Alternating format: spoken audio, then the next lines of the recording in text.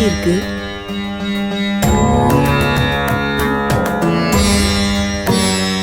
ஜனனி செவந்துக்குச்சா?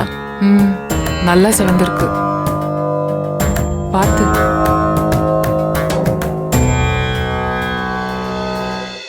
மா எங்கேயாவது அடிபட்டுதா, வலிக்குதா?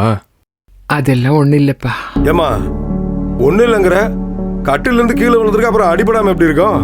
அதான் கை அமுக்கிட்டு இருக்கல. என்னம்மா நீ ஏண்டி என்ன எழுப்பு இருக்கலாம்ல? எழுப்பு இருக்கலாமா? குண்டடிப்பட்ட மாதிரி சத்தம் கேட்டுச்சு, எல்லாரும் விழுந்தடிச்சு ஓடணும். தூங்கி விட்டு நல்லா கேட்கறது பாரு.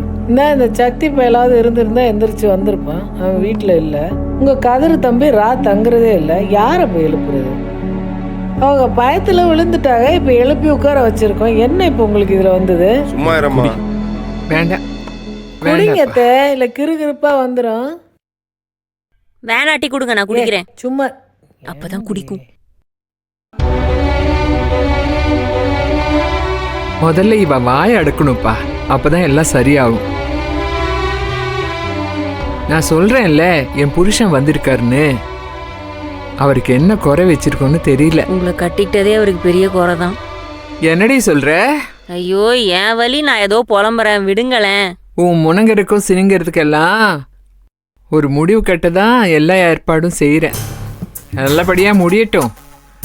எல்லாம் அப்புறம் அடங்கி உடங்கி இருக்க வேண்டியதுதான். ஏம்மா என்னம்மா பேசிட்டு இருக்க நீ? இந்தாரு, நீ பண்றது எதுவுமே சரியில்லை, அவ்வளவுதான். ஐயா ஞானம், நான் யாருக்கிட்டையும் கருத்து கேட்கல. உன் விஷயத்துல நான் நல்லது செய்யறப்ப கதிர்கிட்ட இருந்து எதிர்ப்பு வந்துச்சு. அதுக்காண்டி உன்னை நட்டாத்திலையா விட்டேன்? அதே மாதிரி தர்சன் விஷயத்துலயும் நல்லது நடக்கிறதுல உனக்கு பிரச்சனைன்னு வெயி. அதுக்காண்டி எல்லாம் நிப்பாட்ட முடியாது. ஆமா ஆமா, அந்த வீட்டுல சம்பந்தம் பண்ணிக்கங்க, எல்லாம் ரொம்ப நல்லதா நடக்கும். காலையில வந்தாலே அறிவுக்கரசி 40 ஜான்சி ராணிக்கு சமம். இவ்ளோ பட்டதுக்கு அப்புறமா உங்களுக்கு புத்தி வரல? வாய மூடுறி. குப்பையும் கோபுரம் ஒண்ணா? எதத்த கோபுரம்? இப்ப நீங்க பாத்துருக்கிற இடம் கோபுரமா? ஏன் காசு இருந்தா பேனை கூட பெருமாள் ஆக்குவீங்களா நீங்களும் உங்க மயனும்? ஏமா அவன் சின்ன பையன்மா, அவனை பிடிச்சி கட்டி வைக்கணும்னு எதுக்கு அலையிறாரு அவரு? ஏற்கனவே தர்ஷினி விஷயத்திலயும் இதே மாதிரி பண்ணி தான் அடிபட்டு போனாரு. திருந்தவே மாட்டாராமா அவரு. ஜெயில போய் உட்காந்துட்டு இருக்கிறதெல்லாம் பத்தலை அவருக்கு.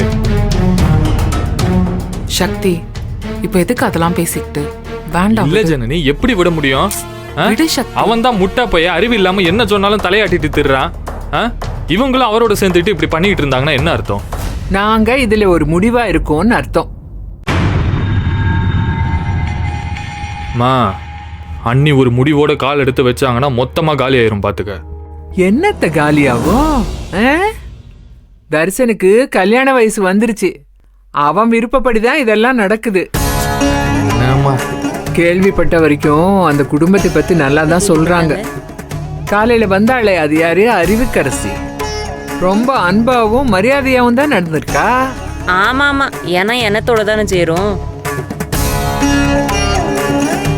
மூக்கையும் முகரையும் பாரு. உங்களுக்கு நல்லது நினைக்க போய் தான் அடிபட்டுக்கிட்டேன். ஏதோ சொல்றீங்களே உன் மாமனார் வந்துட்டாருன்னு. நான் சொல்றேன், என் மாமனாருக்கு இந்த கல்யாணத்துல இஷ்டமே இருக்காது. அவர் இந்த கல்யாணத்தை நடக்க விட மாட்டாரு. இந்த அநியாயத்துல பாத்துட்டு தான் இருப்பாரு. என்ன காப்பாத்த போய் ஒண்ணும் இல்ல, இம்புட்டு வாய ஆடுற இல்ல.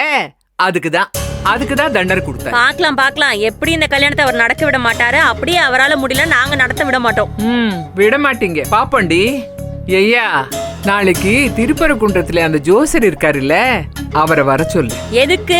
கல்யாண பொருத்தம் பார்க்கவா? நானே சொல்றேன், அரை பொருத்தம் கூட இருக்காது, ஒத்தே வராது, விட்டுருங்க. இவ வாய வச்சுக்கிட்டு சும்மாவே இருக்க மாட்டாயா? எல்லாம் ஏன் விருப்பப்படிதான் நடக்கும்.